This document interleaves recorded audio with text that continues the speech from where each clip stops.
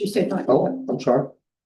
I just unmuted. Okay, now you can. Let's call to order the Cape Fear Council of Government Board of Directors meeting for March 9th, 2026. Thank you, everybody. Here we do have a quorum.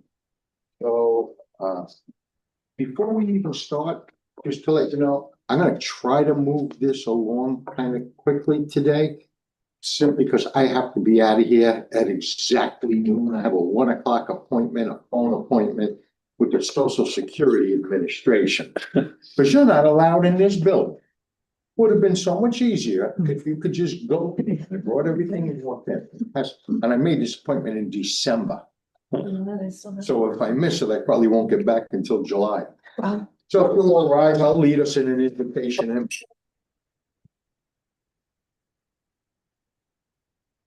Lord, thank you for bringing us all together safely today. We ask that you do the same in getting everybody home today.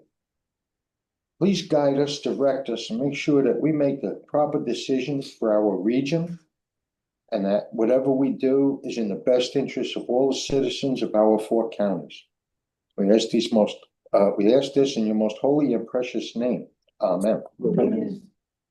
I pledge allegiance to the flag of the United States of America and to the republic for which it stands, one nation, under God, indivisible, with liberty and justice for all.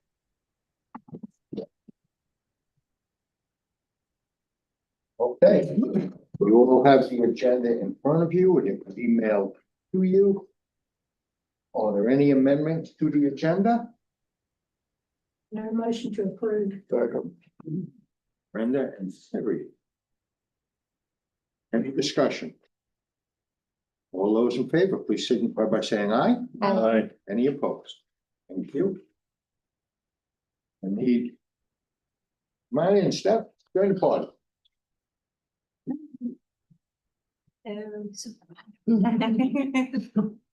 Okay, again, well, it's emailed and in front of you. I need a motion for the approval of the minutes from January's meeting. So moved.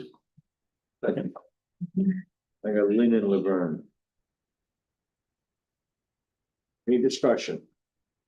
All those in favor, please say aye. Aye. Any opposed? Thank you. Okay. Danny has a presentation to make to us about the Cape Fear Regional Digital Opportunity Plan. Go ahead, Danny. Thank you, Mr. Chair. Certainly a mouthful on the title there. I am going to keep this, presentation pretty brief. It's just going to be a verbal update on where things are at.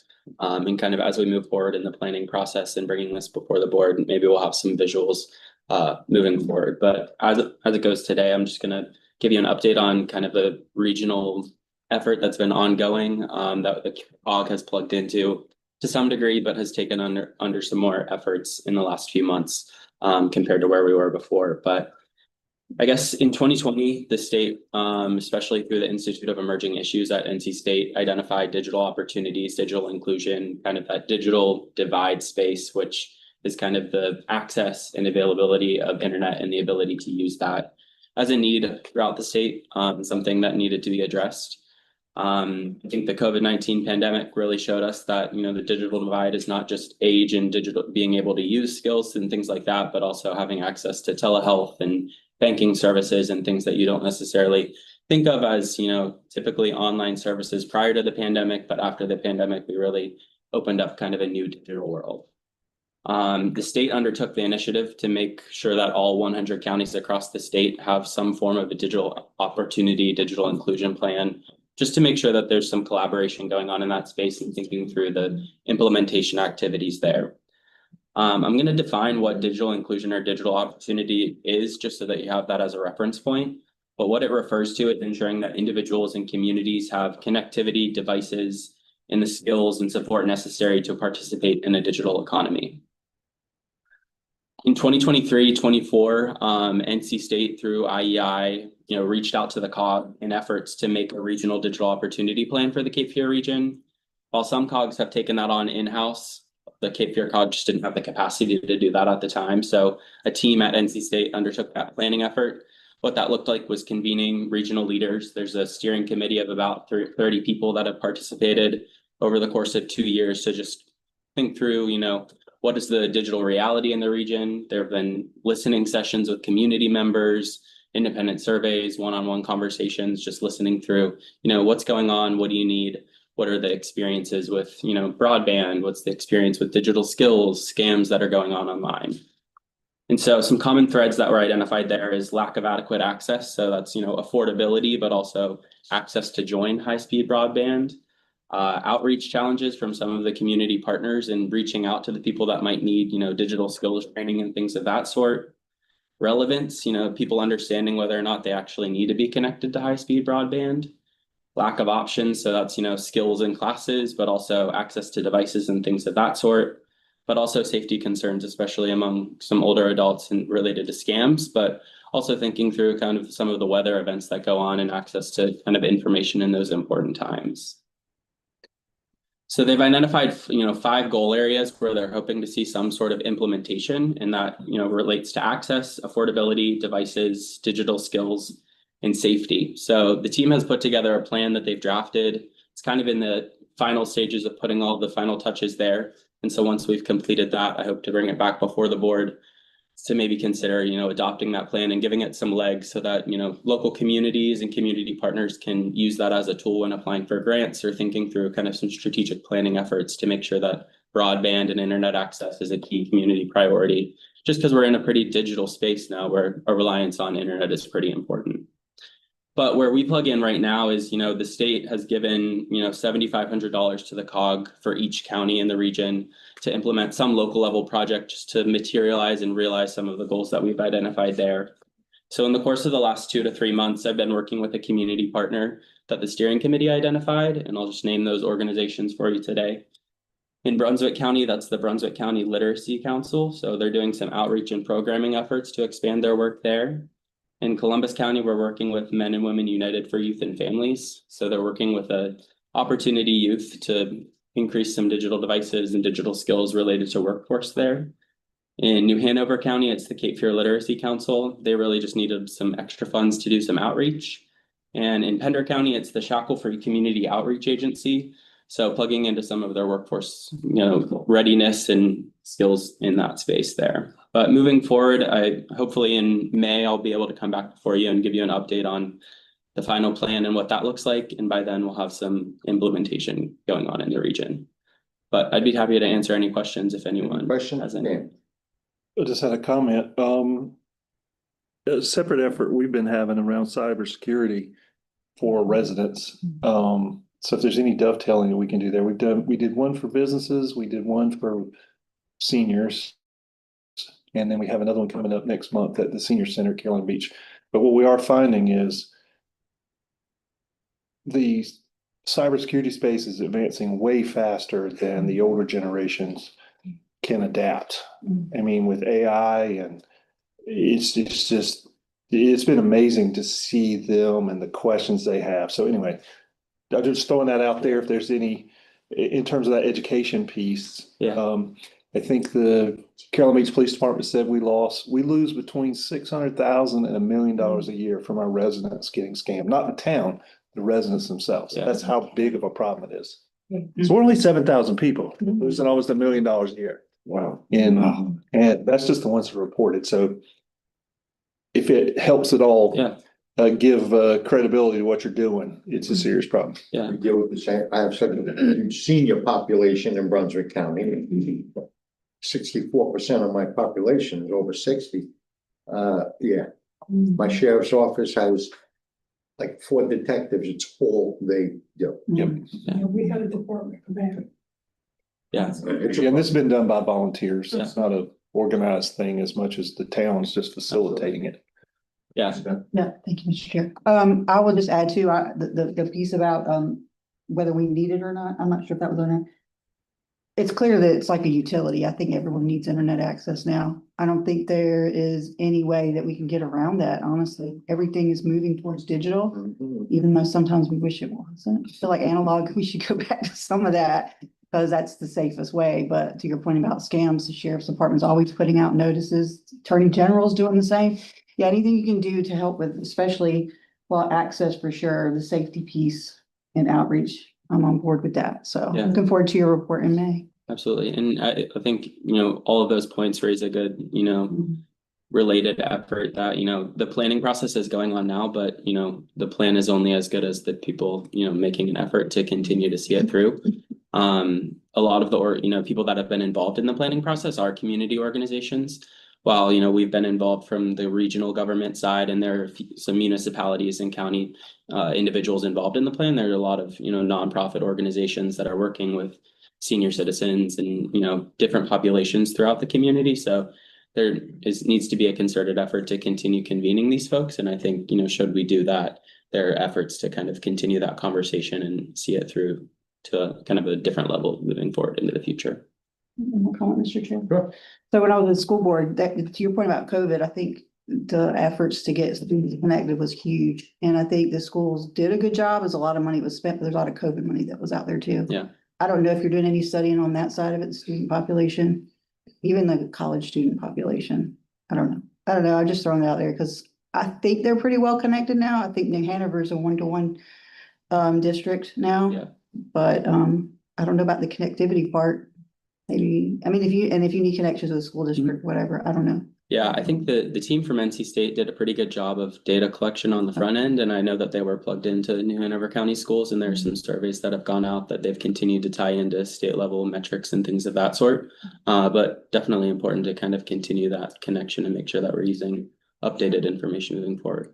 And one of the things that Daniel and Danny and I have been talking about is, we've been able to use some ARPA funds and some of our Southeast Crescent Regional Commission funds to be able to fund our participation in this effort. It does feel like a regional effort to make sure that this torch is carried, for everybody is important. And so that's one of the things that we're trying to identify, and likely one of the things we're going to be committing some of these recently increased dues revenues toward, is being able to continue this work. Because You it's got that important. path.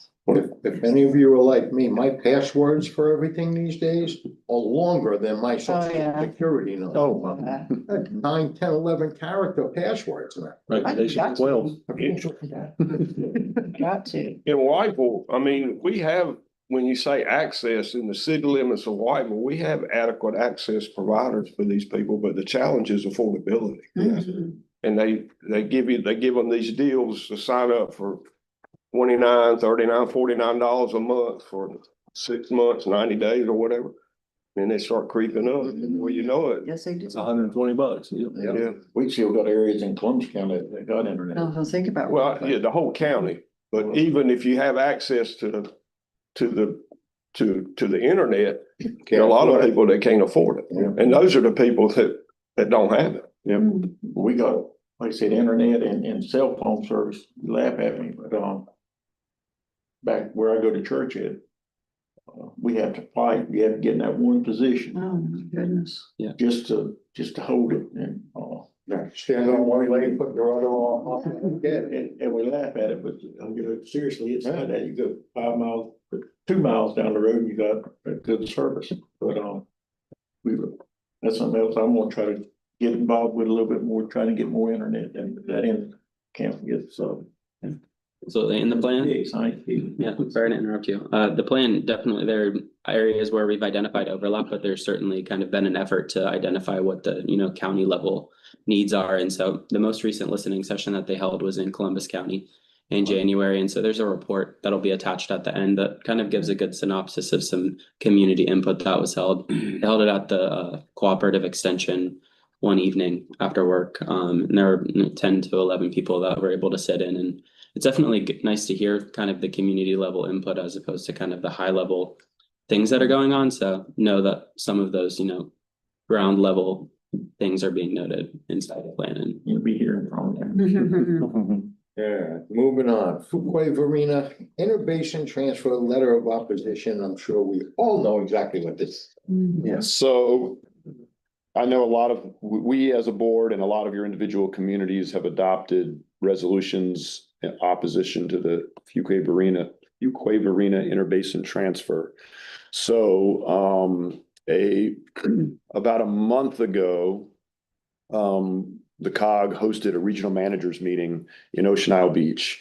And we had about 30 managers and assistant managers from around the region in attendance. And we had a presentation from NCDEQ from the two staff members that are in the unit that specializes in interbasin transfers. And they gave us a very thorough presentation on the process, the decision makers, et cetera. And there was a lively discussion, lots of questions from the managers.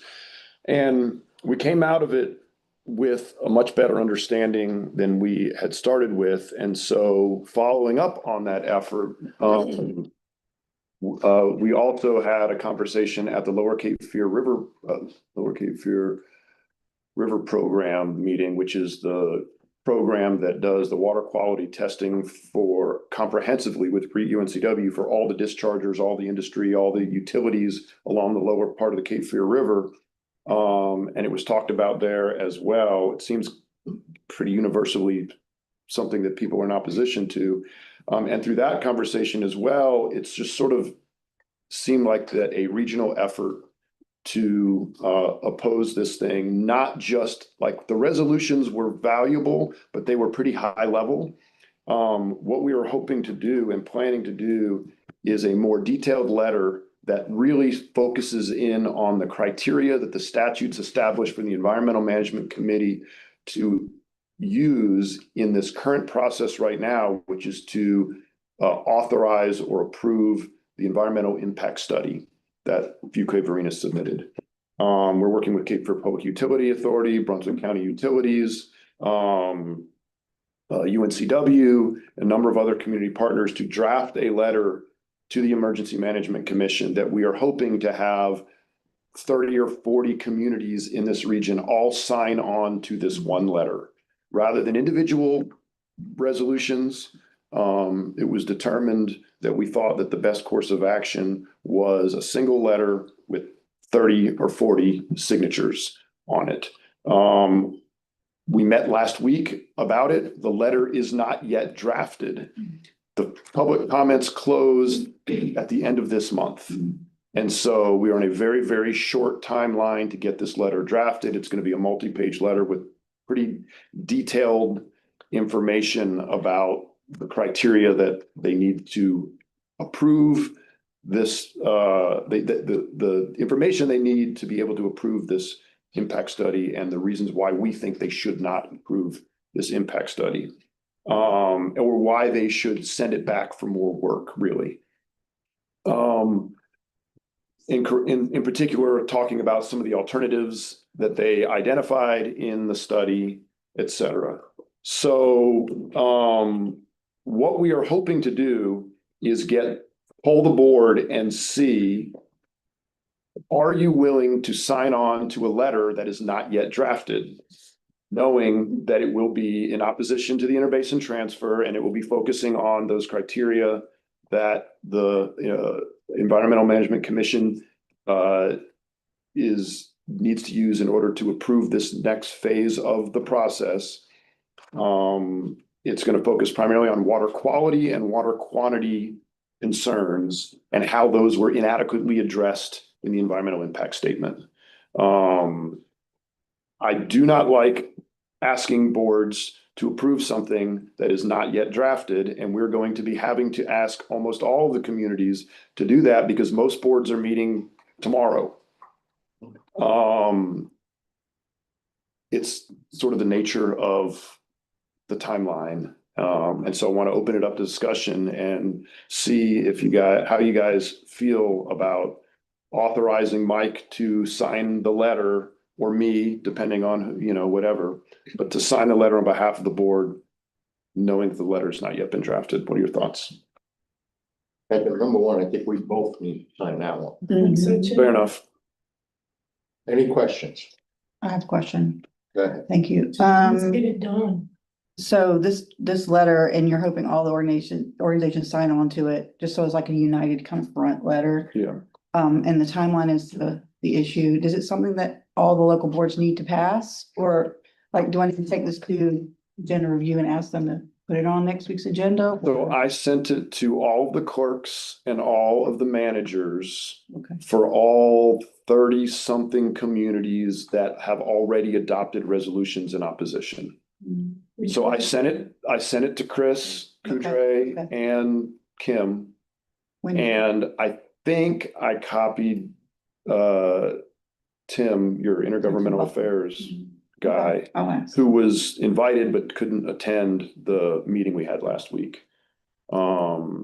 So they should know about it, but One time this month. oh, do you only meet one time this month? I think so. Let me just.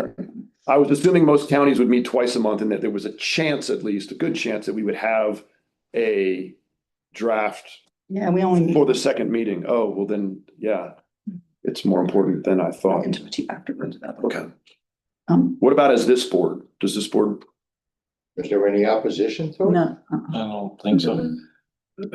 I mean, this is a letter that will be jointly authored by, the legislative affairs woman at City of Wilmington, by Tim Buckland at the county, by Cape for Public Utilities Authority. Like, it's going to be a well vetted document. Alan, is it just the COG members you want to sign it, or are there other organizations you wouldn't mind? I've only reached out to the COG members at this point, but you're right. There was the home builders were opposed. There were a couple of other agencies. I'm on that board as well. Did they? Mhm. I will reach out to them as well. I Good think I idea. need to, yeah. Get based on board. Yeah, Southeastern part. Some of the economic development folks. I know it's mainly environmental, but still important. Yeah, Maybe even the local realtors associations. I think, Is there anyone for it? I don't know of anyone. No, I think. Send people like Marina. So I talked to the Chatham County folks. So They're all the way up at the top of the river. I know this is not COG related, but they've also signed a letter in opposition. I mean, one of the things to me, that is most frustrating that we learned in this process is that during the public hearings, the Environmental Management Commission members, they don't attend the public hearings. There's just one member who's assigned as the name is escaping me, but they're the, agent in charge, or whatever you want to call it, of, on behalf of the board. So this person lives in the News River Basin. They are the beneficiary. They live in the beneficiary area. And they're the only person on the board who, including staff from DEQ, who makes a recommendation to the full board of whether to approve or deny. And he lives in the receiving basin. Wow. How convenient. Yeah. Holding in hearings in Wilmington. So Are y'all aware of the draft legislation that CFPUA has put out? we are, and I think that's a good point. I forgot to mention that. There is draft legislation that has been presented to our local delegation. I don't know whether there's a statewide appetite or not, and whether this thing will be successful. But support for that draft legislation is also something that, well, I'm not sure. I was going to say is something we're going to put in the letter. We had talked about putting in the letter, but it's really not. That's probably a separate issue, because the Environmental Management Commission doesn't have any legislative authority, so we probably won't focus on things that are beyond their jurisdiction. I felt like it was mainly a support thing, because I was told by somebody that it's a short session. It's hard to get things on the legislative agenda on a short session, but I was told that Senator Lee could do that. I don't know with the past election, how much turnover there has been, and whether there is an appetite, or he can actually do that by the rules. I don't know. But Yeah, I mean, they're asking for a moratorium essentially on IBTs until there can be further study. yes. Okay, any other discussion? Alan, you're still on finance reports. So Do we- I would like a vote then of the board to authorize Mike and I to sign that letter on behalf of the board. Oh, okay. Oh, okay, then I need a motion. Motion. Second. Brenda and Lynn. All those in favor? Thank you. Go ahead, Al. All right, so You have in your packets the budget report through the end of January. Dawn, I'll turn it over to you if you have anything you'd like to comment on this. Not really. I mean, when you go through, you can see where we're at. As you know, a lot of the times we are reimbursable, so a lot of our finances are gonna show up a month behind until we get to year end when we actually do it. A couple of things to note out, under our homeless department, the HUD HMIS grant, that one is a little bit underspent, but we are working on ways to get some of that. We got a huge chunk of money, and Andrea, Allen, and I are talking about different projects we can undergo or possibly staffing increases that we can use to get that funds. The HUD grants run through December 31st, so we've got a little bit of time to get those spent. Under our planning services, the digital inclusion is at 9%, but as Danny spoke earlier, we've gotten those contracts out and we should have all of that spent by 6:30.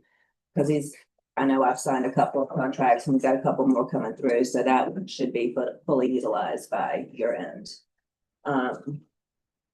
And the aging department, the only one that is significantly low is the Veterans Affair, and that's the one we had just adopted, and that is, Holly will probably talk about that more when she does her report.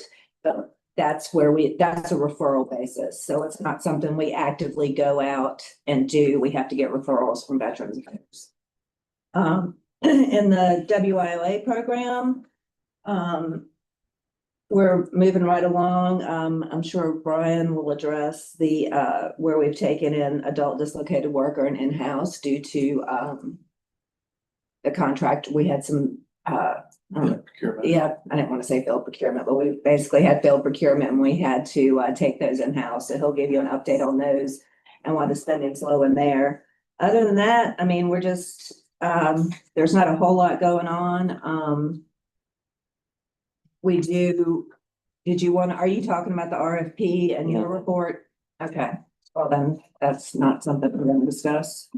Something I did want to add, we talked about this at the last meeting and you guys had requested an update. We have still not received another reimbursement from environmental management from our FEMA grant. I do know that I think it was the Albemarle Commission, which is our COG up in the northeast corner of the state, spoke with Senator Budd's office, who is in conversation with FEMA about getting some funds released to be able to pay both for what's going on out west as well as for these grants through emergency management. And, no real update at this point other than we're still spending the money and hoping that we are going to one day be reimbursed for it. We did realize through our discussions internally that, we're going to pay for it one way or another. We're either going to pay for it out of dues and fund balance, or we're going to pay for it with funds that will get reimbursed from FEMA. So we might as well keep charging it to FEMA, and they don't pay us back. Well, then we'll be using fund balance, I guess, at that point. But I think at this point, we've got obviously a new Homeland Security Secretary starting. Maybe things will start moving faster at FEMA, but still no reimbursement in that grant, unfortunately. Okay. I just have one comment. That's okay. FEMA, there's a FEMA Reform Act that is in the works too, that we learned about. So maybe they reorganize FEMA in a timely fashion to get your money. Maybe before they reorganize, they could just press the pay. But We have to train someone new. Right, on the new system. that's what we're planning to spend. I'm still waiting on money from Florence. My goodness, yeah. We finally got all our Florence money. Got one outstanding. Okay, Alan, what else you got? So if we can please get Oh, yeah, I should. acceptance of the budget Motion report. to accept. Somebody, Make a motion to accept. Steph, Second. Laverne, heard you first. Any discussion?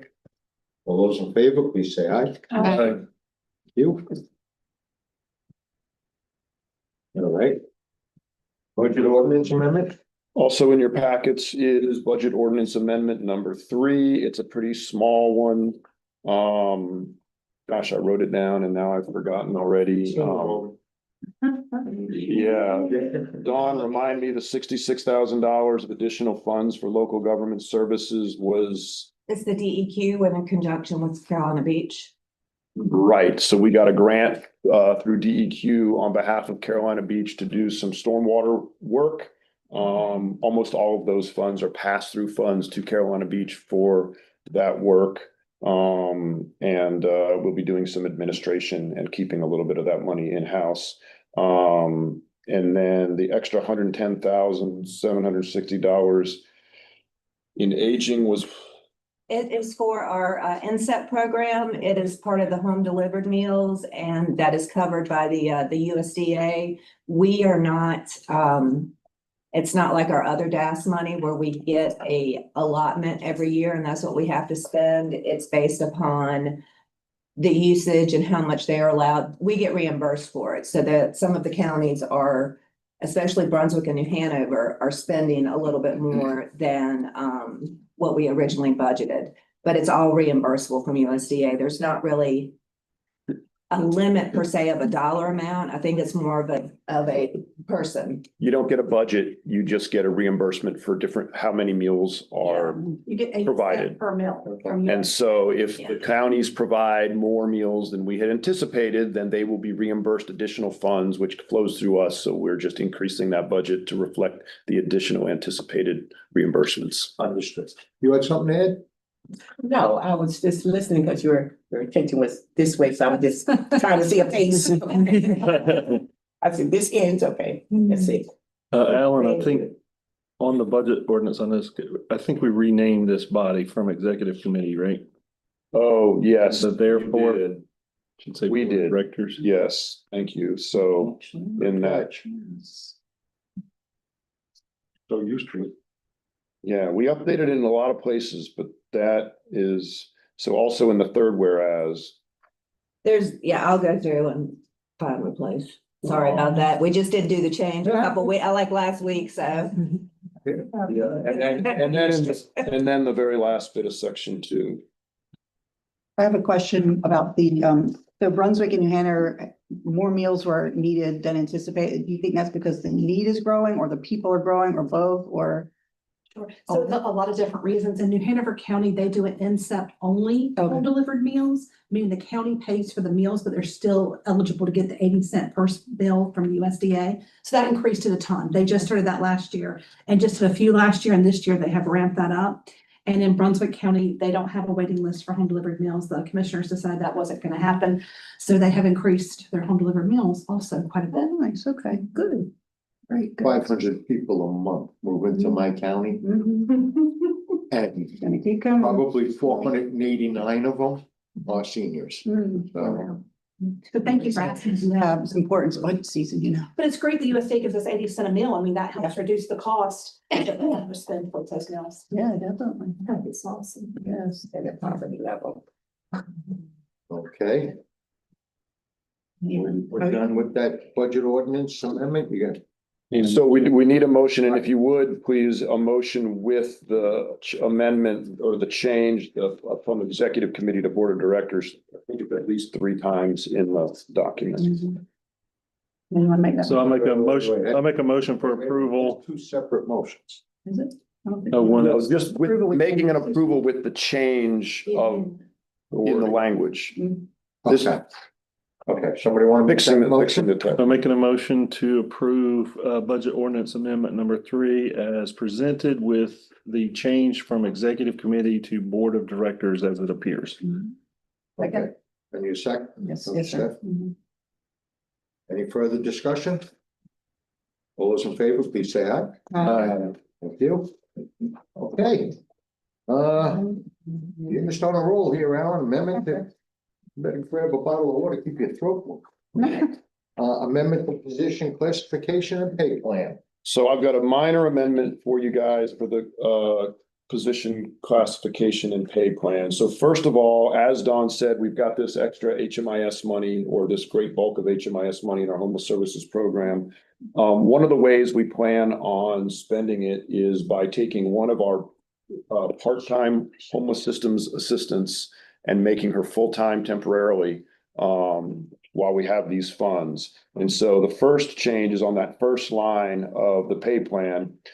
Previously, we had 1.25 temporary part-time staff positions, and we are reducing that to 1 and adding a temporary full-time position to that department to be able to do additional HMIS work and spend that money and do more case management for the homeless population. So we think that is a good short-term solution to A, spending the money, and B, because we're spending the money, providing better service to the community. And we also anticipate those levels going in where they're at for the HMIS funding. So Yes, we do. But because it's temporary, we're not locked in if that funding doesn't materialize. But in the past, generally speaking, those grants are renewable, and you can expect to get those funds in the future. The other change that we made is, again, both because of those funds and because of the grant we got from the endowment, which is a 3-year grant, which they're going to let us in. We're planning on asking for an extension. We've got, again, extra funds in homeless services, which is fantastic. And what I was able to do for the first time, and I'm very happy, and I would like for you guys to make permanent, is the homeless services director position has always been a position that has been held below market rate because of available funding. And so what this amendment does is brings Andrea, our homeless services director, up to the same grade as our other department heads, which has been sort of artificially kept down, and we finally have the funds to do it, and it's the right thing to do. And so that brings Andrea in line with all of the other director positions are at grade 23. And so this brings that one up to grade 23. So those both homeless services changes, one making a temporary part-time employee temporary full-time, and then changing the grade for homeless services director. Any questions? Somebody want to say okey dokey? Okay, I got Brenda. Second. I got Brenda instead. Any other discussion? All those in favor, please say aye. Okay. Alan, you roll along. All right, so in your packets, we have our contract summary since our last meeting. Not that many. I will, not really probably highlight many of them. Maybe I will highlight a couple of them. So that Carolina Beach Stormwater grant that we got from NCDEQ is listed there as number 3.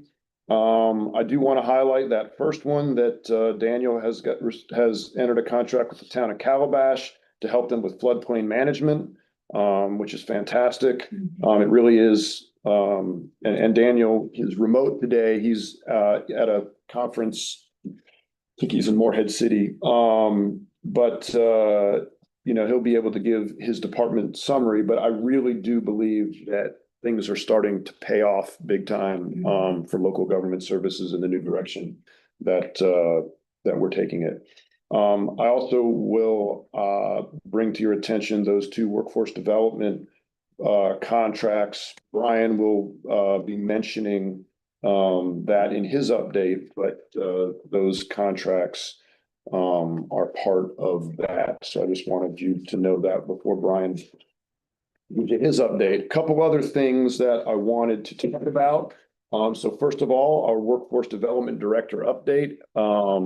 As you guys know, Ginger is no longer with us. She's moved on to Golden Leaf Foundation. Brian is our Deputy Workforce Development Director and is serving as our interim director as we go through the hiring process.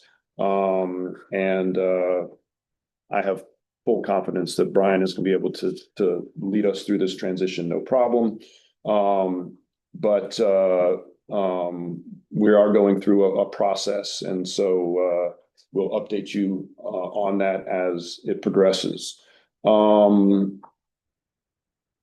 Speaking of cybersecurity, the COG has I told you that our interbasin transfer was the topic of our last managers meeting. Our next managers meeting is going to be focused on cybersecurity. We're actually going to have Ed from Carolina Beach has agreed to talk about what happened to Carolina Beach recently to help the other managers understand what the risks are to try to fend off these attacks. We also have the North Carolina National Guard Cybersecurity Unit going to be coming to present to the managers. And we, as the COG, are going to do a cybersecurity assessment through the National Guard. So we, like everybody, are, trying to be careful and trying to protect ourselves from these threats. And in doing so, we're also trying to make sure that we're spreading the word to all the other local governments in the region to participate and be educated on issues of cybersecurity. I briefly mentioned to Lynn before the meeting that Mike and I had discussed. We're going out to bid for auditors. RFP is going to be going out any day now, and occurred to Mike and I that because the auditors report to the board, it would probably be good, rather than the past only having staff, to have a board member on the auditor selection committee.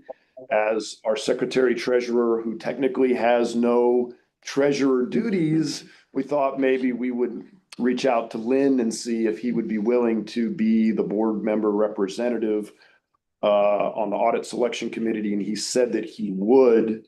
And I just wanted to make sure that the board. That's perfect. Get those tie up. Did I just see everyone's? He's a treasurer.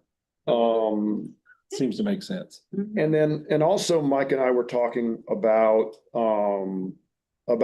possibly creating a finance committee of the board. We don't really get into detail on the finance stuff at the board level very often. And I don't think this is something that would need to meet frequently, but maybe just, we had talked about maybe Lynn as the secretary treasurer, just starting the conversation of maybe forming a committee, seeing what might be the topics of conversation and how often you need to meet. Maybe it's once a year even, but just to start that discussion. And so I think that's what we had talked about, possibly doing that, if that's something that the board feels might be. We've never actually had a finance committee. I know when AJ was here, he would meet with the secretary treasurer before each meeting, and he would come in early and would talk, but that's not really a committee meeting. He was just updating the treasurer. So as long as I've been here, and even before, I don't think there was ever an actual formal finance committee. And probably, I would say we probably, maybe to start off with, maybe meet quarterly. I think we need to meet more than once a year, unless there's something coming up that needs to, or we could meet twice a year. I don't know, that's at your discretion. But there are some stuff that comes up that, Alan and I discussed, and we have to, probably be better to go through a finance committee first to see if we want to go forward to that. I've been on this board for 8 years. Who's AJ?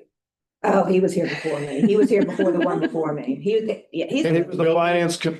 was the finance officer for 15 years or something. Yeah, he started in the early 90s, and he left in, I started in 2017. I think he left in 2015. And we actually had to bring him back. He's the one that trained me because Your predecessor walked out without notice. Do y'all obviously feel it's a good thing to do, right? To I have- think it would be a good idea. Yeah, I think, and obviously this board is charged with oversight, including financial oversight. And, you know, if the board feels that the finance report we give you guys is sufficient, that's certainly fine, but we wanted to give you guys the opportunity to, you know, maybe at least how, at whatever frequency the board feels appropriate, have a smaller group of people who can ask more questions, go a little bit deeper, et cetera. When I worked at the Housing Authority, we had a finance committee and we would go into in-depth on the finance report. And then basically at this meeting, at the big meeting, the finance chair would just say, we went over the finance and they accepted it. And there was usually not a whole lot of discussion. Any of the in-depth stuff would be done at the finance committee. I get it. I serve on 15 different committees. Yeah. All but 2 of finance. So it makes sense to me. Any questions for Alan on this? Seems like just my gut feel would be to meet before this. Once a quarter, I mean, you're gonna have to adjust, because I don't know what the right timing is. And this but- board doesn't quite meet on a normal recurring schedule, so it may not be quite quarterly, but yeah, 4 times a year or something. Yeah, and just, 6 meetings. and meet before this meeting. If the people who want to participate would be, it's one trip, that's all I'm saying. Oh, one trip, sure, it could be before this meeting. And Or after, either way. I mean, ideally Be better before, so before. that you can, you know, tell the board that you've reviewed the finances, et cetera. As long as you guys think it's value add, I'm more than happy to participate. I believe it is. I think it would be a good idea. So I don't think it requires a motion, but is everybody okay with doing this? Who wants to be on it? Anybody Or you just opposed? want me to do it? That's kind of scary. Straight to passing it. What were you gonna come back maybe next meeting and update on? I mean, I think it's up to the board, but I don't think there's any great rush per se. I just think that, you know, maybe let Lynn mull over it and Yeah. recommend something at the next meeting. Sounds good. Does that work? Yeah. The next meeting's in May. That would be when we present our budget. Right?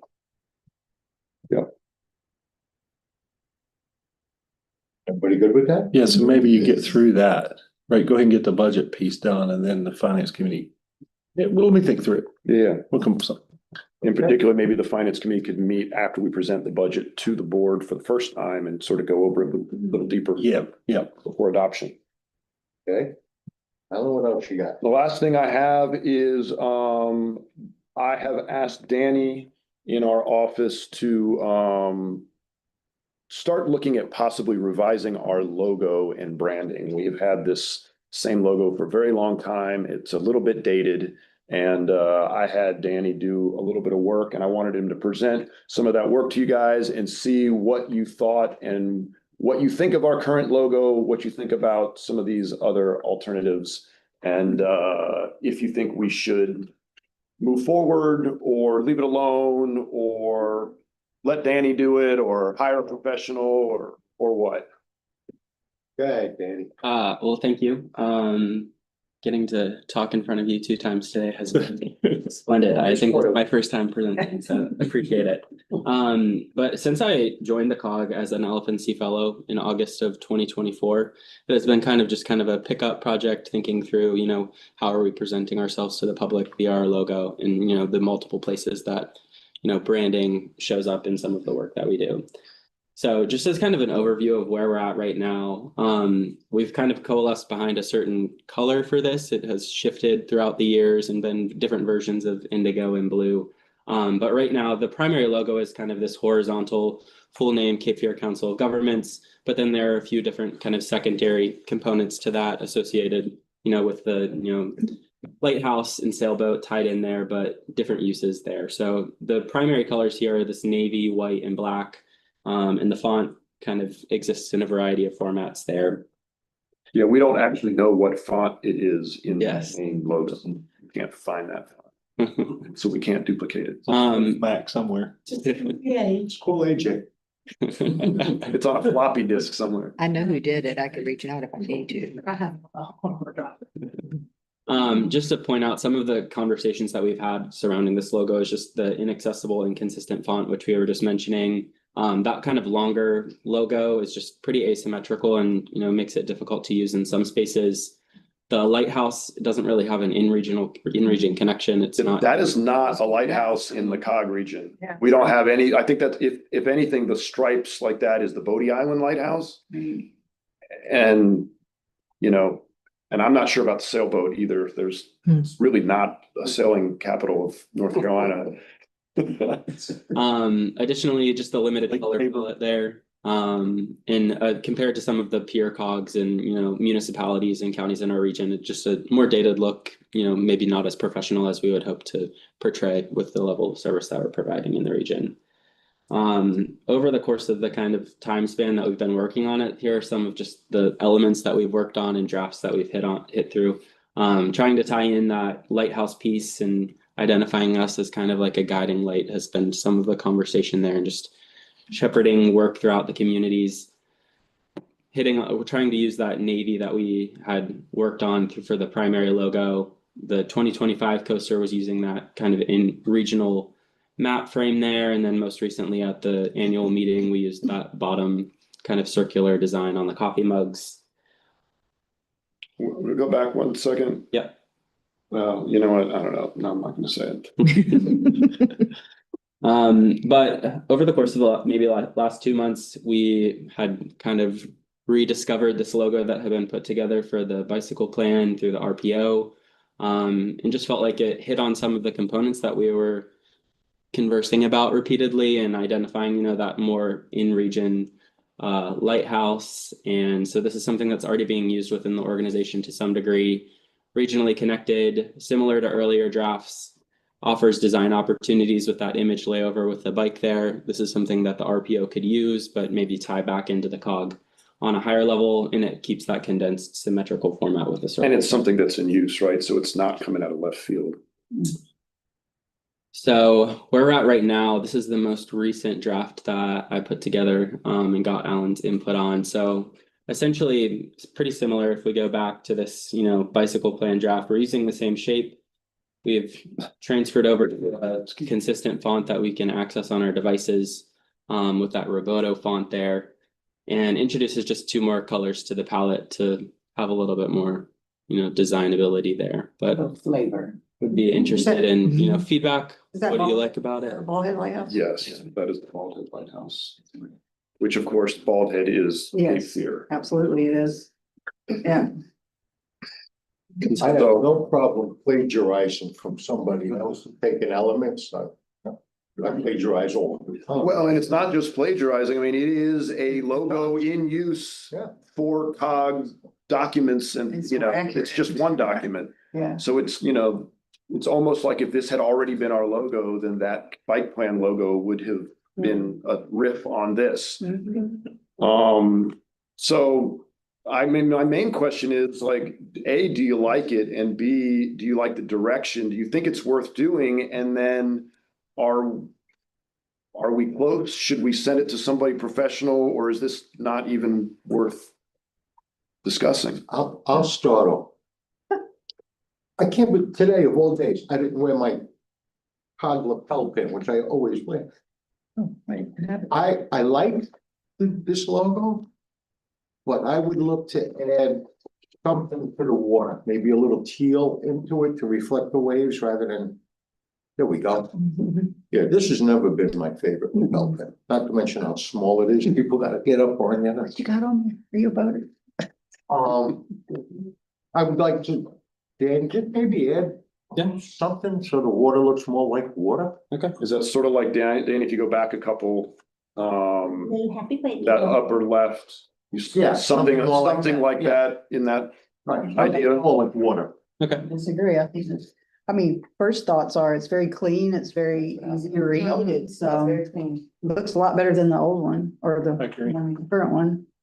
I like the colors. I don't think you need to pay somebody to do it. I think you're close.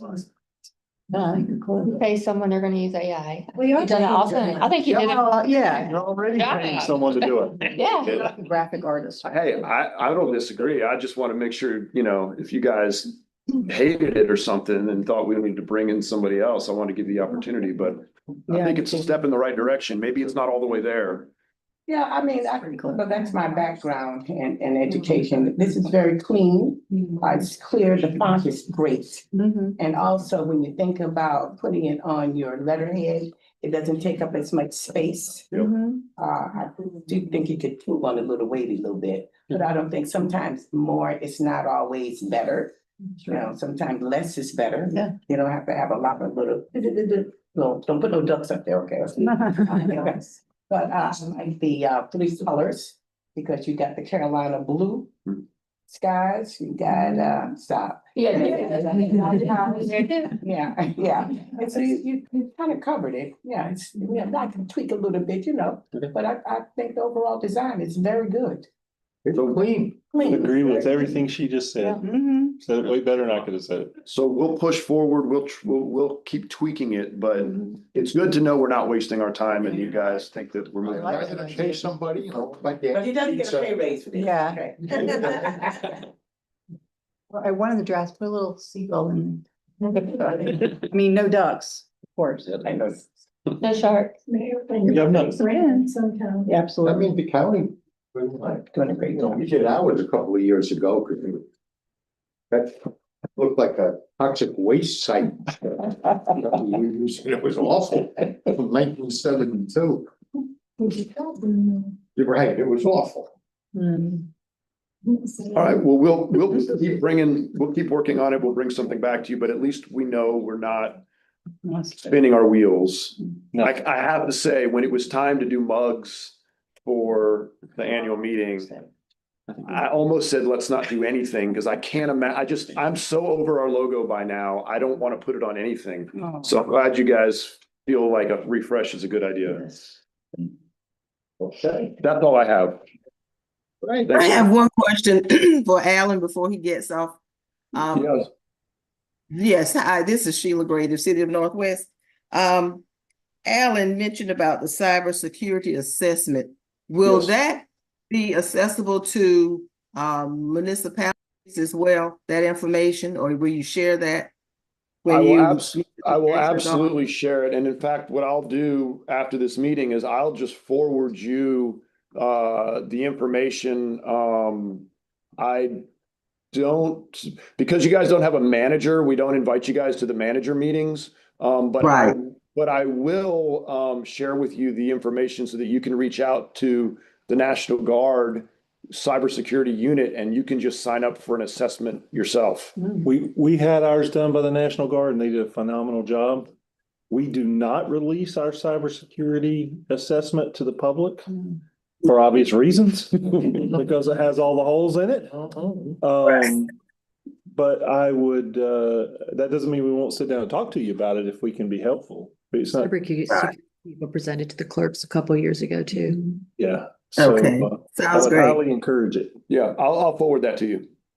Okay, thanks, Alan. Very welcome. Excuse me, Alan, it's that all of the towns, municipalities that Any county, managers, they already have that information. they don't have it yet. No, Okay. in May, we're gonna be having a managers meeting and that'll be Okay. the subject of that, and Landon does get invited. Okay. Any other discussion? All right, moving on, area on aging, Holly. Good morning. It seems like we just saw you all not too long ago. We are still in the throes of monitoring. We do that through the end of April and then we get monitored and we have 7 services will be monitored this year. Alan will get a letter and I'm sure Mike will get one also after our monitorings are complete. I have no doubt that they will be just fine. During our monitorings of our counties, they've been going well. We've had a little bit of technical assistance and 1 or 2 corrective actions, but nothing mind-blowing or huge that needs to be discussed. Each board of commissioners chair gets a letter from the monitorings we do in our counties so that they're aware of what happens on those. I love that you all are talking about fraud education, cyber security, all of that, because that's exactly what we do with our Elder Abuse Prevention Network. We do a lot of educations. We have 3 planned in Brunswick County. In the next month, we have one in Leland, one in Sunset, one in Calabash. We have an event planned in New Hanover County on March 21st that's going to have car fit, which helps people make sure their mirrors and all that is where it needs to be for them to drive correctly. They'll have a medication take back, a shred-a-thon, and we'll be handing out scam and fraud education at that event. We are wrapping up our S&P, which is our Medicare fraud funds, on May 30th. We have a powerful tools for caregivers planned in Pender County. And I was just discussing with Carrie to take scam or fraud education to Columbus County and present it at each one of the nutrition sites. The Elder Abuse Prevention Network has come up with a rack card that they've created. And we are hoping to print these on kind of hard laminated papers to put at each place where you would purchase gift cards or you would wire funds. And all it is really reminding people is to stop, pause, think about what you're doing, verify, and then consult with someone. Consult with the company that you think is asking for this, consult with a daughter, a son, a father, whoever, before you make that decision. So if you all have anywhere you would like for us to put these in your communities, we are happy to do so. We're going to use some of our elder abuse prevention funds to print those. Could we perhaps also do that on like a small peel and stick that they could put Or by magnet. cash register? Certainly. If you could get companies would let me pill and stick things at their companies, I would love that. I was hoping just a rack card might not be, or even I know like at CVS, I've been behind when someone's being checked out. He wanted to buy $400 worth of gift cards and the Yes. cashier said, Yeah. I'm sorry, sir. I can't let you purchase those. Tell me who you're purchasing them for. Why are you purchasing them? But Anita, she'd had one of these under there because it also has the number for the North Carolina Department of Justice. So he could also call if he felt like he needed to be, exactly why they didn't want to sell him those I cards. can tell you that my personal stuff has been hacked. Yeah, mine And is. Mayor Brenda could tell you because they keep sending her emails asking her. Did you see? I get them too, from you, Yeah. supposedly from you. Yeah. Probably get it from me too. He wants me to get I my always gift wanted to card. buy gift cards. Not doing it. Federal funds, Alan. We can't do that, okay? Anyway, so I have examples if you want to see them. We have not printed them yet, but if you have suggestions, I'm happy to take them. So thank you. It's the best place for them, I feel like, where the gift cards are sold, right? Thanks. We were thinking banks and. Oh, yeah. That's well. Or those little ATM, the ATM machines like they have in the little So they have the. convenience stores. Yeah, or and they have the whatever. Bitcoin ones now. And there's benefits of that. And Brunswick County, the sheriff's department has a whole flyer about that and they've been putting information at those machines too. So we're trying to get the word out. Is that it? How? That's it. Can I steal this for the one that we're having at the senior center next month? I'd like to hand this out if you're. Should do a couple more things that might be interesting. Yeah, And decide which one to use. Yeah. okay, yeah, send them to me. Send it to all of you. How about that? Does it It will. When we print them, I will take copies to all the senior centers. I'll take them a big stack, but I also will email it so they put it on their social media. I want some for the government centers. I'll get you something. They'll all have them. Yeah, ma'am. I'll make sure of it. And we're doing a scam and fraud and a shred event at the Leland Center. Yeah, so the New Hanover one is March 21st. I just sent the email because we just approved it. The shredathon and the one you were just talking about for the senior center. There was 2 dates, right? Well, March 21st is the one I have on my calendar. yeah, It's a Saturday. yeah. I think there's gonna be a second. I think Amber said there's gonna be a second one also, but it's a pill take back and a shredathon. Yeah. Be safety day, yeah. And we'll be handing out bags, Elder Abuse Prevention Network bags that have just scam and fraud information as they ride through to get their stuff shredded. Any other questions for Holly before we move on? So the new pay raised Andrea. Congratulations. Yeah. Thank you.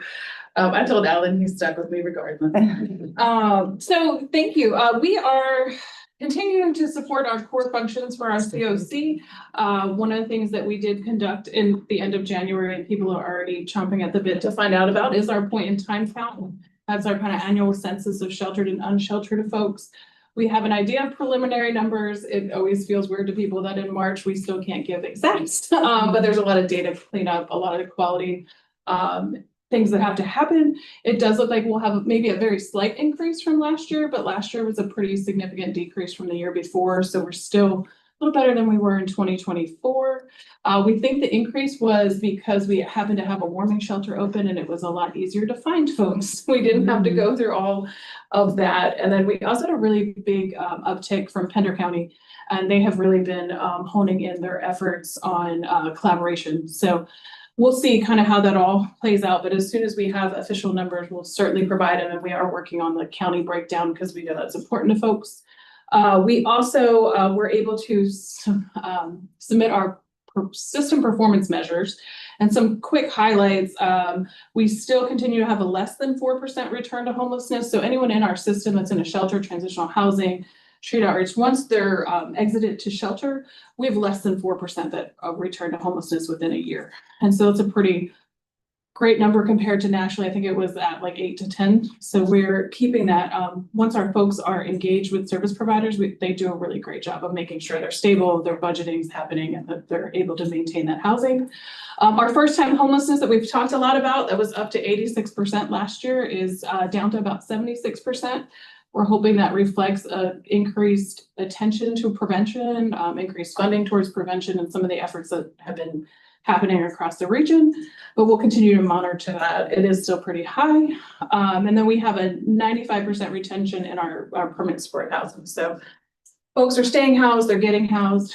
One area we continue to struggle with across the country, they do as well, is increase in income. So we're really excited that we're partnering with workforce development. We got some of our NC Works folks connected through Rosie. They're going to be working with the shelters to have ongoing job coaching and things like that happening, and making sure they're connected to all the wonderful available programs through our workforce folks. So we're excited about that. In addition to kind of that system support, some of the coordination we've had with some of our other counties, individual counties, Brunswick County, we've added kind of staffing, a coordinated entry staffing, case staffing during our monthly meetings to make sure that folks aren't slipping through the cracks, and they're making sure that we're able to connect those folks with all of the available resources. And then we just recently convened our partners in Pender County and are really excited about some of the initiatives we're working on there, as they have seen an increase and are continuing to wanting to address that. And so we'll be having an assessor, hopefully weekly, kind of mini resource hubs out there to make sure that we're not losing those folks. And then other than that, we have some capacity building efforts around housing happening. We are still actively engaged with our HUD TA, and we're planning for a on-site visit from 3 of our technical assistance providers that are going to really work on understanding our current supportive housing landscape, identifying our gaps, and then exploring ways that we can address those for long-term sustainability and stability. We're also doing a predictive analysis of our system to see, we get asked all the time, like, how much housing do we need and how much does this look like? And so we have kind of an HMIS expert that's going to dig into our system and do a predictive analysis for us, hopefully in the next few months. I know, I'm excited. And then lastly, we are still monitoring the fiscal year 25 litigation around the notice of funding opportunity. We were hoping it would all be settled by now, but HUD has now tried to split up the competition from 24. And unfortunately, we were very fortunate that all of our stuff was expiring at the end of this year, but that now has put that where we might actually have to compete for those funds, where if they were expiring earlier, we wouldn't have had to. So we're keeping a close eye on that. But we are anticipating our notice of funding opportunity for fiscal year 26 coming out in June. And we've been working with providers across the region, a lot of new providers, since there's a new focus on transitional housing and supportive services to build capacity for that. And we've had some talks with the endowment on how do we support that locally. Any questions for Andrew? One question, how do you collect your data for homelessness in Brunswick County? So that's a great question. We have providers that work, all of our data for homeless is really based on what providers are entering data, but we also have our coordinated entry assessment hotline and our community access points. And so we've been saying that we have 3 assessors. Well, 2 of them live in Brunswick County. So they have kind of made a concentrated effort to make sure that we are getting that data. And so we have seen, I think at one point out of run, it was about 20% of our calls were coming from Brunswick County on one of our monthly reports. So we are seeing an increase in folks reaching out for that. So it's a little bit of our hotline. It's a little bit of our providers, a lot of our community meetings, trying to get folks engaged and knowing what that is and how to connect with us. That's been our biggest hurdle. Okay. If we don't have people entering it, we don't know, and it's really hard to get a picture of what's happening. You know, one of the pictures we know in Brunswick County, there are much more likely to be new to homelessness, much more likely to be in a family or in a car, and then also employed. A lot of the folks that we are entering in, maybe other counties, maybe are a little bit more chronic, but we're seeing that kind of uptick. Thank you. Any other questions for Andy? Okay, local government services. Is Daniel online? Oh, Sam. Yes. Yes, sir. Can y'all hear me? Yes, sir. You can. Sure. Great. Well, I'll be relatively brief in my comments, but I feel like I've started my introduction or my report out with following up on what I've talked about previously. And so I want to do that one more time if y'all will allow me. But following up on what I have discussed at previous meetings, I want to thank the board and the hard work of everybody on our team, Danny, Sam, Chip, and of course, Alan, for really the kind of this new vision that we have for the local government services department. Over the past 7 to 9 months, we've spent a lot of time investing in things that maybe we just haven't had the time or staff to focus on in the past. And it really feels like it's beginning to pay dividends.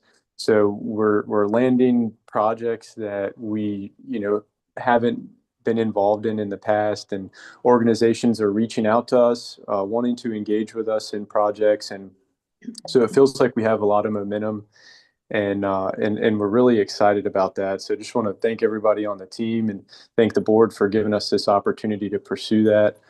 I'm sure Alan touched on this earlier, but in terms of contracts, we were excited to finally get the Carolina Beach 205J grant contracts executed. And then we also have another technical assistance contract with the town of Calabash. So excited to get to work with the town of Calabash too. So happy to answer any questions, but again, just appreciate you all and the investment that you made in the LGS department. Hey, Daniel, would you just quickly summarize the meeting we had the other day with DEQ and about that potential opportunity? And because I think it's relevant given that they reached out to us about that. Yes, sir. Yeah. So this is an example of what I was talking about, but Alan and I had a meeting with folks at DEQ, and they're pursuing some grant funding, and really think that we could be a partner to help some communities kind of build capacity, identify projects that have a blend of resilience and economic development. And so there are going to be some constraints when you talk about economic development funding or resilience funding and tying those together. But the exciting component is hopefully if this project gets funded, the exciting component is there really could be an effort to move projects from this state of an idea to being shovel ready, or from shovel ready to implementation. And so that's just an exciting initiative that we feel like is on the horizon. And Alan, is there anything else in particular that I should cover? I think the only other thing worth mentioning is that we've been having lots of conversations with lots of state agencies, in particular DEQ, because they did their RISE program where they got grant funding to do a program. They had involved the COGs in the scope of work, but didn't request any funds in the grant to fund the work the COGs were doing. And so we had a hard time participating. So they learned their lesson, and they are now reaching out to us and proposing, 50% of a staff person for 2 years to help fund the work that the COG would do to support DEQ and the communities through this effort. And so a lot of these discussions that we've had are, people on the other side are starting to be receptive and, understand that in order to help our communities, we need the funding to provide the staff to do the work. But they do see the value in having that local partner and not just always being, this, what was it, Daniel? The great state state of wake. Yeah. Well, Mecklenburg. Yeah, I hear that all the time. And so it's just really encouraging that not only are from the local government services department internally and locally, regionally are things progressing, but it seems like at the state they're also starting to recognize that value better. And so it just, as Daniel said, it feels like these investments are paying dividends. Thank you. Any other questions for Dan? Thank you, Dan. You should back at your conference. Appreciate you. Thank you. See y'all later. Bye. All right, workforce development, Brian. Thank you so much, and I am excited to be able to fill this new role in leadership and continue the momentum for workforce development, because our workforce development board locally truly is a high functioning board. We often are targeted to be subject matter experts and to participate across the state in areas where legislation is reviewed and recommended, and we continue that as we are the point of contact for the new draft legislation for workforce development that will go before the state, to request funding from state, because as you may be aware, all of our local workforce development funding is federal funding. The state does not contribute, it's passed through from federal. So they are seeking to change that so that we have a little bit more flexibility in how workforce is delivered in the state of North Carolina. As I said that, one of our main focuses is through continued collaboration. Thank you, Andrea. Mentioned that we were working within not just our local connections, but across state connections to increase collaboration. And one thing that will be coming up on your radar is in May, we are participating with a summit on bridging the gaps between education and employment, and that is with partnership with our Chamber of Commerce, local educational authorities, the governor's My Future NC project, as well as the Hunt Institute. And we will be co-hosting this summit at UNCW in May, and there will be invitations that are going out that you will be aware of. As far as the Workforce Development Board, once again, having been the deputy for the last 4 years, I'm very familiar with where they are and in communicating with them. We have one board vacancy in private sector. However, we do have 2 candidates, and I will be forwarding to you request for appointment for one of those characters. I'm one of those candidates that I will be meeting with in the next week or so. Funding is always a priority. I will tell you that we continue to be guided by the Workforce Innovation and Opportunity Act. We had previously a Stronger Workforce for America, or as we called it, did not make it through, which would have been a huge impact to our funding. However, we are continuing with WIOA legislation, and we have received our appropriation for fiscal year 26 from the feds. So we know that our funding will basically remain stable through fiscal year 26. We have not received locally our allocations, but we don't expect it to be very different from previous, because there's been no formulaic changes that are broad that have been broadcast to us. So last year, our allotments were approximately 2.35 million. We expect something similar for our fiscal year 26 allotments. With that being said, I want to give you some other local information, because I always love to have metrics in there. I will tell you that the workforce systems that you help to oversee served 1,486 residents in the past month, 75 employers, and we had a minimum of 3 job fairs or hiring events across the region as well to facilitate economic growth in the region. Alan mentioned earlier about under the contract section about Pender County. We have seen an uptick of requests for services in Pender County. We are trying to be responsive to that. And so we have actually opened what we call is an access point, which will be an appointment only site for individuals to receive services from our current Title I WIOA staff, actually in Pender County full time. So as we had kind of readjusted and reimagined services and went to more of a mobile site, now we're going to couple that back with something, since there's been an increase in the need. The other contract for janitorial was actually for our new Hanover site, not our Pender site. Oh, need to update that in the contract database. And I think I've covered about everything. If there are any questions, I'm happy to try to answer those for you. Any questions for Brian? Right, thank you, appreciate it, welcome aboard. Thank you. All right, chairman, member comments. I just want to state, excellent annual meeting, Sir Tyler did a good job, everything was good, I think everybody had a good time. I thank everybody for being there, it was a great turnout. I thought it was a really good one. It was eerily similar to the ones in Brunswick County with the layout being about the Yeah. same. It was like Yeah. different location, but kind of same I event. thought it all went really well, the food was good, so I thank you for that. Alan, I thank you for securing Dr. Katabi, who I had asked Alan back in like September. If he could possibly get Dr. Katabi, because I don't know how you guys feel, I love that guy. Can you believe we actually got a comment complaining about him? What? For real? Yes. Can you believe We it? had 8 I disregarded it because it's like crazy to me, but yes, What was the complaint? Yeah. that it was not relevant and he was too. Okay. What could be Talking wrong? about it. Absolutely relevant. We got a complaint, people didn't like him whenever he come to our town meeting, and he was awesome. Yeah. I think he does great. In fact, even before the annual meeting, I was talking to the director of the NCACC.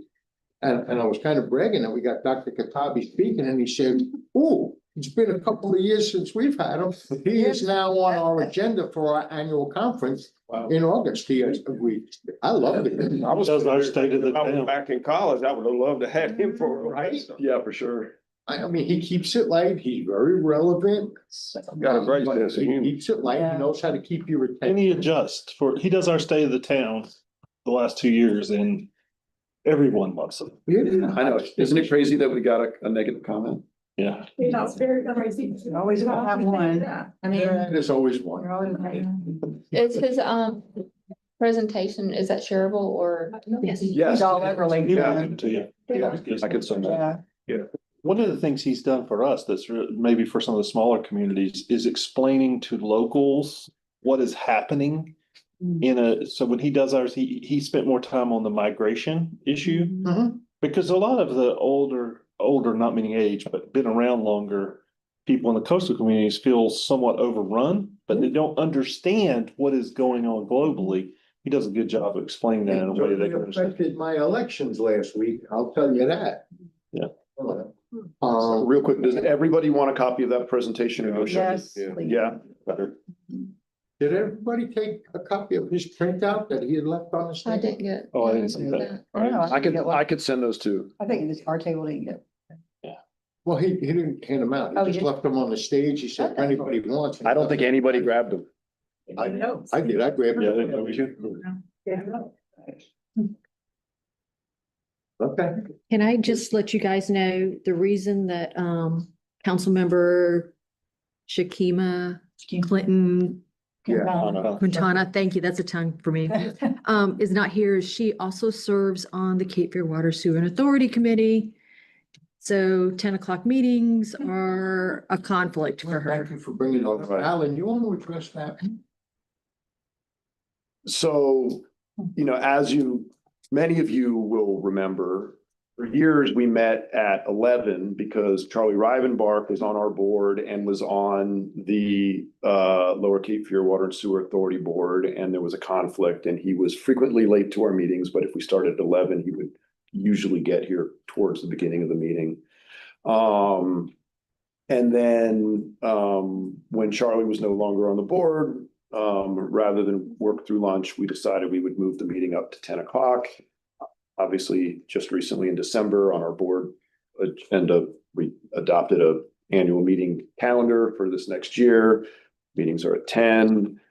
We just found out, basically, I guess she emailed over the weekend. Friday.